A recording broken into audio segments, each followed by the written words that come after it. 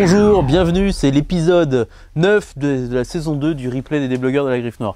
Alors cette semaine au programme, un programme fabuleux, c'est des femmes et encore des femmes. Et puis bon, comme on est quand même plutôt paritaire à la Griffe Noire, à la fin on a mis un homme, mais un homme que les femmes adorent. C'est parti. Première femme à l'honneur dans ce numéro 9 du replay des déblogueurs de la Griffe Noire saison 2, c'est Anne Persin. Anne Persin qui vient de publier les Singuliers aux éditions La Brune au Rouergue. Et finalement, c'est une plongée dans l'époque des impressionnistes et de l'impressionnisme.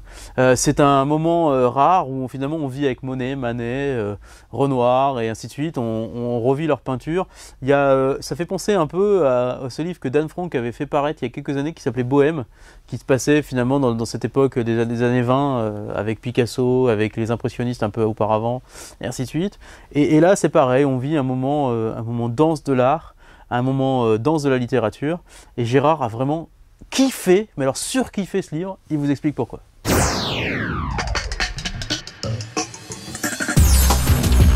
Vous savez, ça fait partie de ces livres de les gens ils cherchent pour les fêtes le livre qui peut plaire à tout le monde, mais dans le bon sens du terme, parce que les livres généralement qui plaisent à tout le monde, c'est que c'est un peu comme les hommes politiques, vous voyez, ou les chanteurs, c'est que ça vaut pas un pipi. Et là vient de paraître Anne Persin, Les Singuliers, aux éditions du Rouergue, chef-d'œuvre, merveille. Vous allez plonger en plein dans le monde des impressionnistes. Vous allez vous retrouver à Pont-Aven. C'est un échange de lettres entre 3 personnes, 2 amis mâles et une cousine. Ils sont tous artistes, belges et français. Et vous allez vous retrouver à Pont-Aven. Ce gamin est fou de peinture, il veut être peintre, il est peintre, il a ça, voilà. Vous allez vous retrouver dans ce monde où tout explose, où tout est bouleversé, où tout, voilà. Il va rencontrer un type pas très sympathique, mais apparemment surdoué, qui s'appelle Gauguin, G-O-G-U-I-N, comme il dit. Vous allez retrouver toute l'école de Pont-Aven, vous allez voir comment ils vivent, comment ils n'ont pas de fric, comment Gauguin, pour payer, il donne des tableaux, comment il n'est pas très sympathique. Vous allez découvrir plein de peintres, vous allez vous retrouver avec Ensor en Belgique, vous allez vous retrouver à Bruxelles, vous allez vous retrouver en Italie. C'est extraordinaire et c'est pas... alors déjà c'est passionnant parce que vous avez ces personnages où ils racontent par exemple les salons où c'est les gens officiels qui ont les commandes et eux ils ont rien, mais quand même ces gens officiels ils commencent à douter d'eux parce qu'ils voient que les gamins, vous allez vous rendre compte que les impressionnistes c'est plus des modernes déjà, parce qu'il y a Gauguin qui arrive et il les considère comme des vieux. Ça se lit comme un roman, mais vous ne lâchez pas, c'est toute une page d'histoire, c'est un monde qui change, où tout le monde, d'où ça ressemble à ce que il se passe actuellement ici avec tout ce qui se passe au niveau de la technologie, au niveau des médias.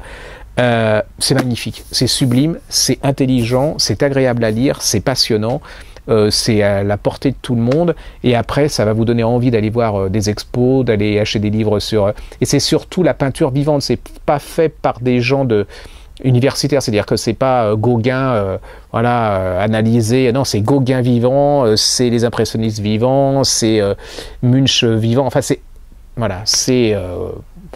brillantissime. Ça s'appelle Les Singuliers, c'est aux éditions du Rouergue, Anne Persin. Si vous avez un livre à acheter, si vous doutez, vous savez pas à qui acheter à Noël pour les fêtes, allez-y, ça marchera, alors je peux vous assurer à tous les coups, c'est exceptionnel. Alors, encore des femmes, toujours des femmes, et le siècle des femmes. C'est un beau livre qui vient de paraître, qui a été édité par les éditions des Arènes, qui éditent la revue 6 mois et la revue 21. Et c'est la rédactrice en chef de la revue 6 mois, cette revue de photojournalisme, qui est à l'origine de cette orchestration d'un siècle de femmes. Un siècle de femmes, on voit un peu comment elles ont évolué dans le siècle, quelle a été la place des femmes dans la société durant tout le siècle et vers quoi on va aujourd'hui. C'est rempli de photos et c'est vraiment très très beau. Allez-y, ce bouquin est superbe pour finalement faire passer le message qu'aujourd'hui les hommes et les femmes c'est égalitaire et que il faut aller vers ça, tendre vers ça, notamment dans les entreprises et ainsi de suite. Allez-y, c'est tout de suite.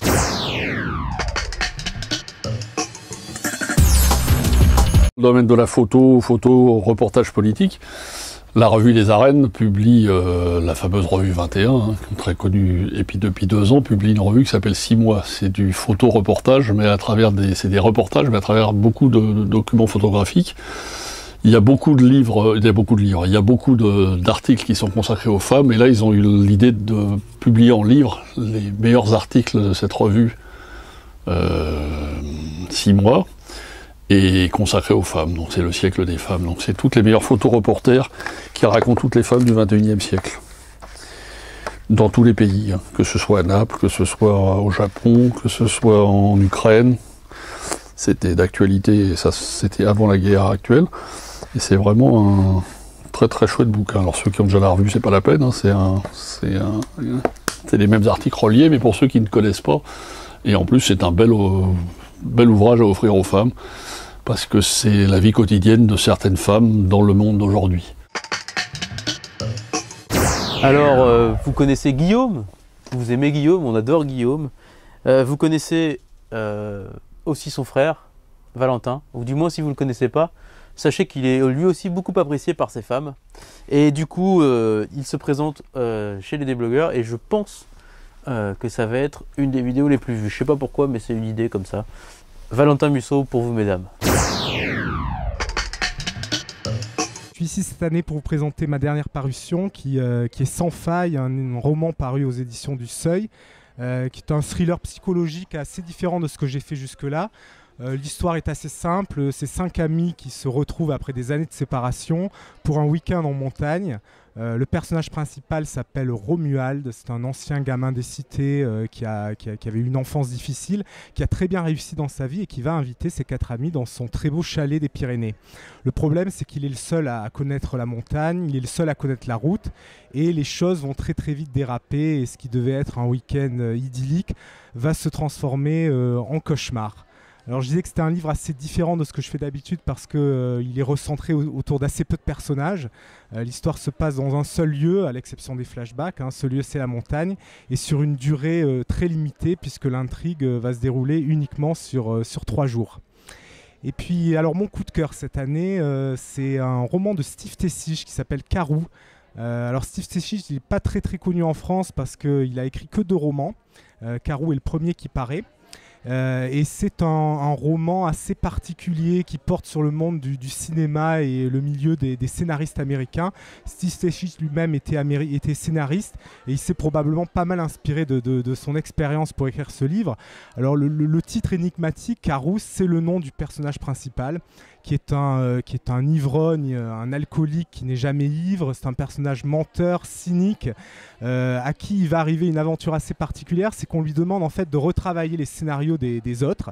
Et un jour, en regardant les rushs comme ça d'un film qu'il doit remonter, il va tomber sur une jeune fille qu'il connaît très bien, ou plutôt dont il connaît la voix. C'est une femme qu'il a croisée il y a une vingtaine d'années.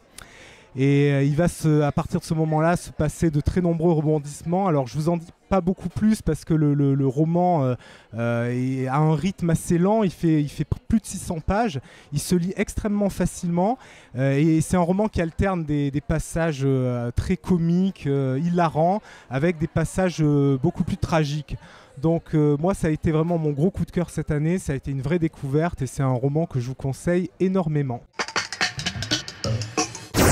Alors, je vous avais dit que c'était un numéro spécial femme et pour terminer, un coup de cœur pour ce bouquin de Diane Ducré, La chair interdite. Alors Diane Ducré, pour la resituer, c'était cette fille qui avait écrit Femmes de dictateurs 1 et 2 et qui s'était intéressée finalement à l'univers de ces femmes de dictateurs et comment on réagit quand on est une femme de dictateur. Qu'est-ce qu'on est, qui on est, et ainsi de suite.